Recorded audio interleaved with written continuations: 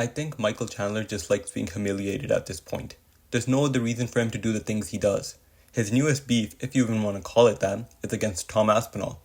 Paddy Pimblett made an appearance on Aspinall's YouTube channel and they were talking about Paddy's fight against Chandler.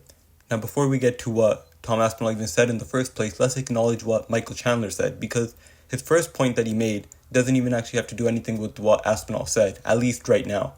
He says that Aspinall waited just as long for Jones as he did for McGregor. That's just not true. First of all, he wasn't waiting for Jones. Did he want to fight him?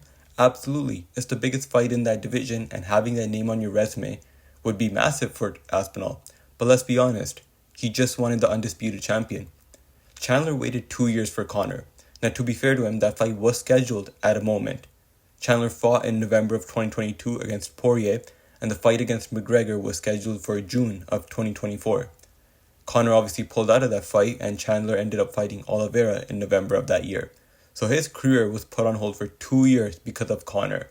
He was depending on a cokehead to get the biggest payday of his career. He's 39 years old now. He wasted the last few good years he had depending on McGregor.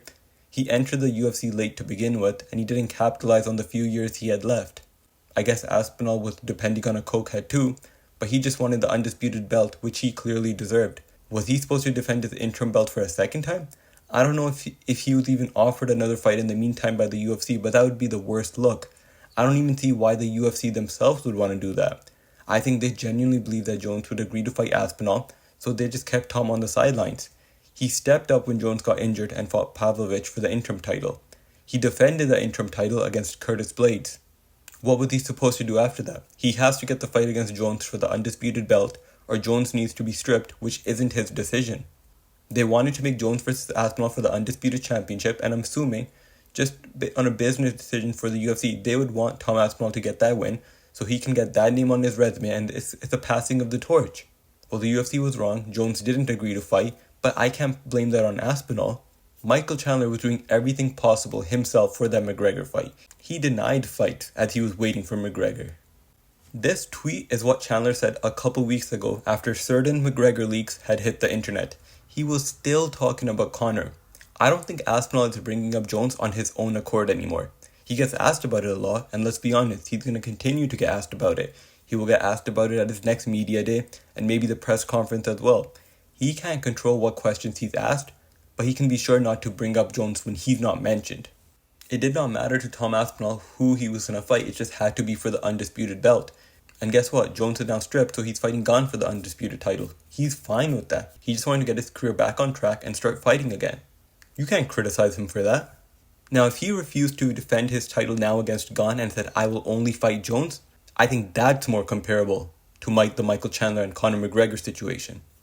If once Jones said, I'm back in the testing pool and I want to fight at the White House, and Tom Aspinall is making YouTube videos talking about how he's so excited to fight John Jones, then you're comparable to Michael Chandler. Then it sounds like you're begging.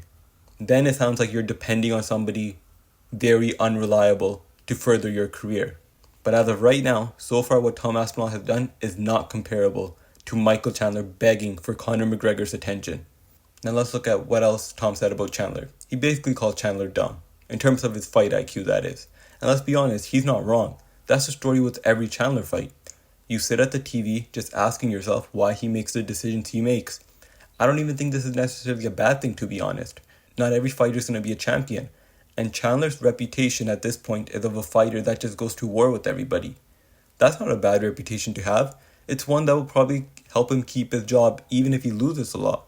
Tom Aspinall said regarding Chandler, it's bad fight IQ.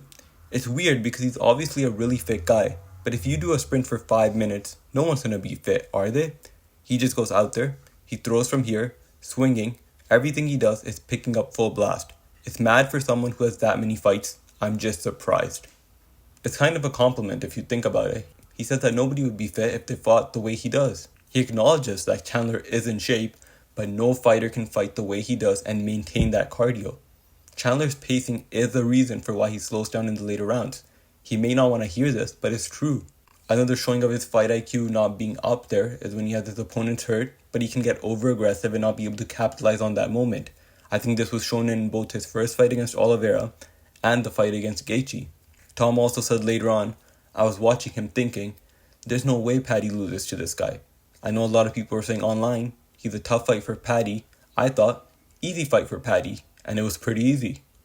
Now, to be fair to Chandler, I can't get mad at him for getting upset at this. Aspinall is one of the biggest names in the UFC, and for him to say this, it's definitely a hit to the ego. And to be a fighter, you gotta have a pretty big ego. But Chandler should know that the way he fights is gonna gain him a lot of fans, but it's also gonna come with fans, analysts, and in this case, other fighters criticizing that style. People criticize the way Dricus fights, and he hasn't even lost in the UFC yet. So for somebody like Chandler to be losing a lot of fights while also having the fighting style of a madman, of course people are going to talk about it. I think Chandler at this point just enjoys being humiliated. There's no other reason for it. He knows his time in this sport is limited and he needs to get as much attention as possible. His next opponent will have to be someone even further down in the rankings, and as he's almost 40 now, beating that young, hungry up-and-comer may be too much to ask of Chandler.